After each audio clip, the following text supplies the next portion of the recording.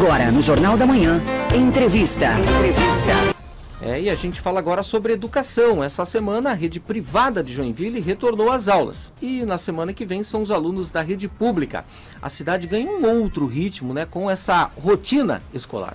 É, tudo de novo, né, Fernando? E nesse cenário educativo sempre é bom avaliar as tendências e o que é esperado do segmento educacional em Joinville e na região também.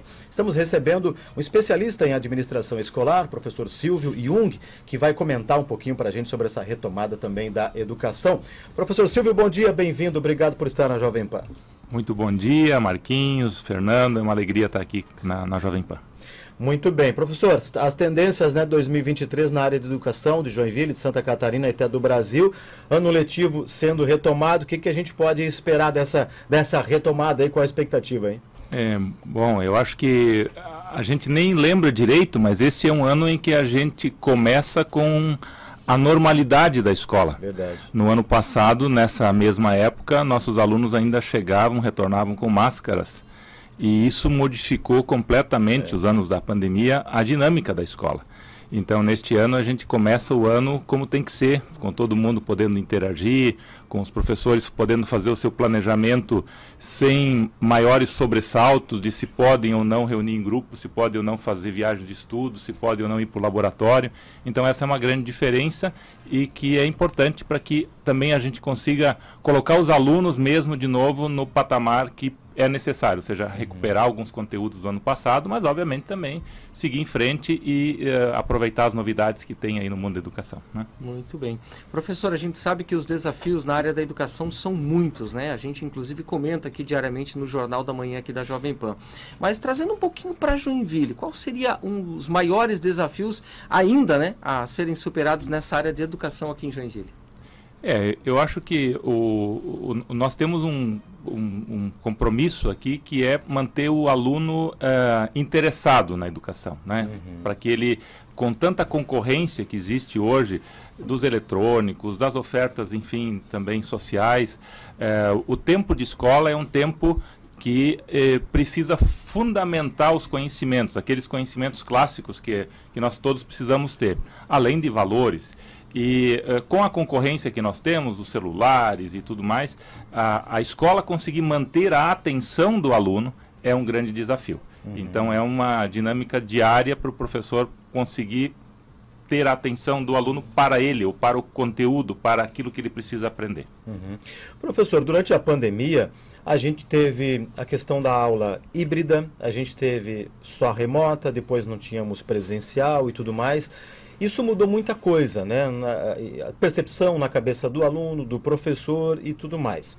Na avaliação do senhor, nessa retomada dentro dessa normalidade, como o senhor bem explicou, não precisamos mais de máscara e tudo mais.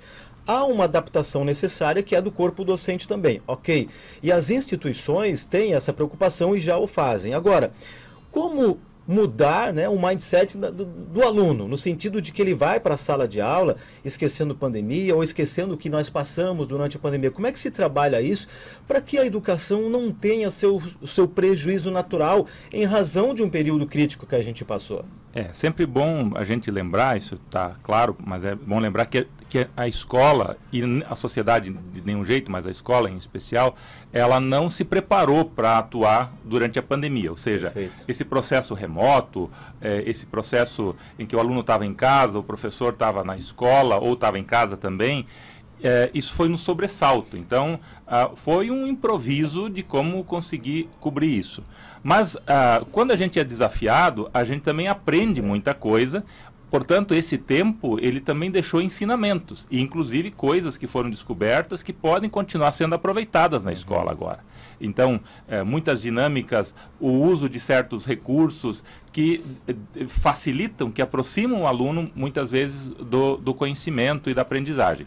Por outro lado, o que eu tenho dito com os nossos professores é de que talvez este ano seja um ano também para a gente fazer um balanço, ou seja, voltar algumas coisas, recuperar algumas coisas do passado, vamos chamar assim, simplificando, mais tradicionais.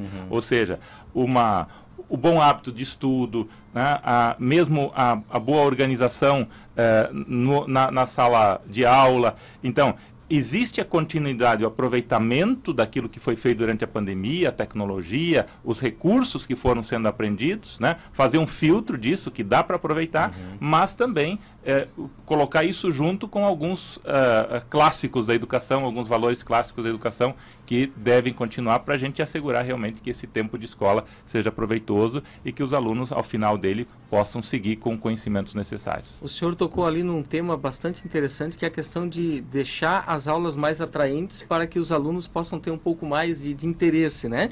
E aí o senhor tocou num ponto primordial. Como deixar as aulas, né, os estudos mais atraentes na escola?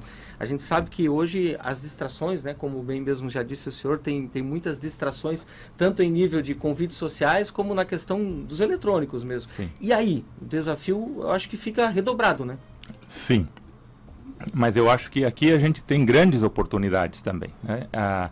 O importante na nossa vida é a gente querer fazer, se sentir, quando a gente precisa ensinar alguma coisa, a gente aprende com mais facilidade, ou seja, eu preciso responder a algo, eu me envolvo e vou atrás, vou pesquisar, né? Então depois eu sei. Como é que a gente faz isso na escola? É com o aluno botando a mão na massa, como a gente diz. É levando ele para o laboratório, é fazendo projetos que ele tenha que demonstrar algum conhecimento específico, é levando ele a campo para determinadas experiências. Nós mesmos lá no colégio, nós temos desde o ano passado uma parceria com o Ágora, que é um parque tecnológico aqui da nossa cidade. Então, a ideia é que o nosso aluno possa ir nas startups, possa junto com eles interagir, possa fazer alguns projetos lá dentro, ou seja, ele vai para o mundo real para aplicar o conhecimento que é da faixa etária dele, do momento em que ele precisa aprender. Então, quando o aluno põe a mão na massa, quando ele participa, quando ele interage, as coisas funcionam. Mas, importantíssimo, é que o professor tem que ser o condutor desse conhecimento, não pode ser livre. Não, vamos lá agora, façam qualquer coisa. E para isso o professor tem que estar muito preparado, porque é uma dinâmica diferente. Uma coisa é o professor clássico lá na sala de aula, na frente, dando o seu conteúdo, né, ministrando sem muita interação. A outra é ele sendo o facilitador do processo de aprendizagem. Mas para isso dele é muito exigido também. Quando a gente compartilha conhecimento, né, professor, a gente aprende duas vezes, isso é muito interessante. Professor, a gente sabe que a faculdade ELUSC e o colégio, enfim, recebem alunos, crianças, adolescentes e até o adulto, enfim. E aí, faço essa introdução para perguntar para o senhor o seguinte: os pais que nos acompanham agora estão se questionando, né? A gente volta com essa normalidade e tudo mais. Pergunta que faço para o senhor: qual é a orientação que fica para os pais em relação a esse acompanhamento na retomada de ensino? Porque não temos mais máscara, as aulas remotas elas podem ainda existir, mas em número menores. Qual é a principal dica aos pais, hein? Eu acho que é muito importante que os pais se interessem pela vida dos alunos, mas não interfiram demais na vida deles. Um dos processos na escola é o desenvolvimento da autonomia. A autonomia, ela pressupõe que o aluno dê conta da sua própria vida, das suas eventuais dificuldades, mas também conquiste, né? Então, um pai ou uma mãe que não quer saber da vida escolar do filho, estamos com um problema. O pai ou a mãe que queira resolver, eu vou lá falar com o professor, né, tá uma vez por semana na escola para tentar resolver os problemas do filho, me parece que nós também não estamos no bom caminho. Então, uma conversa, querer saber o que está acontecendo na escola, sim, perguntar, mas tentar fazer com que o próprio aluno encontre as suas respostas e motivá-lo, incentivá-lo a também fazer isso na escola. Então, eu aprendi uma vez uma frase com um livro do José Saramago e que eu gosto de usar muito.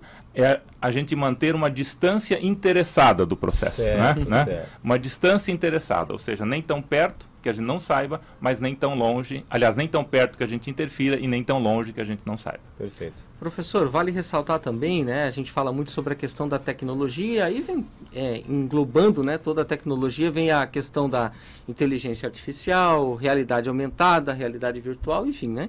E a gente sabe que isso tem todo um impacto nos aspectos da atividade humana. humana. E aí eu pergunto para o senhor, né, como é que também isso pode impactar na questão da educação? O mundo da tecnologia, ele é um mundo presente na educação. E ao lado dos especialistas, provavelmente os adolescentes são os primeiros a incorporar a tecnologia, né? Então, a escola também precisa reagir a isso. E tentar oferecer talvez programas específicos, permitir que determinados projetos sejam desenvolvidos na escola para que esse conhecimento ou esse interesse tenha vazão. Eu vou dar dois exemplos, um que é mais nosso lá e um outro que é geral hoje, que eu acho que aí as escolas têm que se adaptar. O mais geral é do novo ensino médio. O novo ensino médio pressupõe os itinerários formativos, ou seja, o aluno, mais ou menos 40% do tempo dele na escola, ele pode escolher qual é o caminho que ele vai fazer. Então a escola tem que oferecer essas oportunidades, por exemplo, na área da tecnologia, e também trazer experiências novas, ou seja, é a liberdade que a escola tem de organizar o seu currículo. Classicamente as escolas se queixam de que elas não conseguem organizar porque é tudo muito rígido. Então o novo ensino médio permite isso. Então, em programas onde a escola tem a flexibilidade de trazer esses elementos da tecnologia. Um exemplo que é bem lá do Bonja, nós temos um programa chamado Bonja Connect, que desde o 7º ano, os alunos, por exemplo, com um iPad na sala de aula, eles têm acesso a uma infinidade de recursos, como, por exemplo, realidade virtual aumentada. Então, o próprio aluno, dentro da sala de aula, consegue aplicar, e a dinâmica que isso oferece é extraordinária, né? Ao invés de, às vezes, ir num laboratório, né, até às vezes com alguma limitação, ele tem todo um processo que está ali na frente dele. Então, a escola tem que trazer estes elementos que o aluno tem interesse para o seu cotidiano.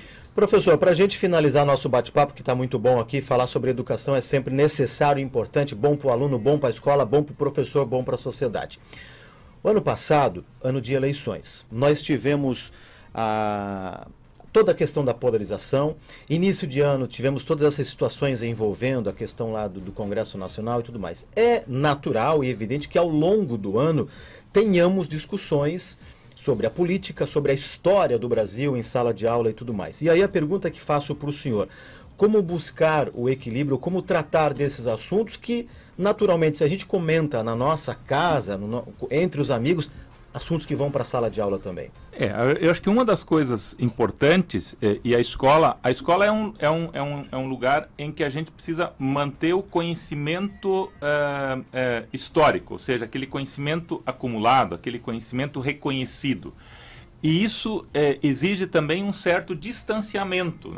Quando a gente não se distancia do fato, né, é mais difícil a gente contar a história de hoje do que contar a história de 30, 40 anos atrás. Perfeito. Então, o professor e a escola tem que manter uma distância para que os fatos não sejam reveladores das paixões, né? As paixões, elas são necessárias, mas o ambiente acadêmico, ele não é para isso, né? E ele é um ambiente também que permita contrapontos. Então, para a escola, é extremamente importante que os seus professores, facilitadores, eles não se envolvam apaixonadamente nos conteúdos, que eles sejam, de fato, agentes para trazer, para aproximar, para permitir, às vezes, ângulos diferentes, mas não se envolver de forma a que cada um tem, né? Não é isso, mas naquele momento não é espaço para isso. Muito bem. Professor especialista em administração escolar, Silvio Jung, é um prazer tê-lo conosco aqui na Jovem Pan. Muito obrigado por aceitar o nosso convite e até uma próxima. Muito obrigado, Fernando, Marquinhos, pela oportunidade. Também aqui o Diego, o José, que estão aqui conosco. Então, muito obrigado pela oportunidade e um excelente ano letivo a todos, né? Certamente será. Obrigado, professor.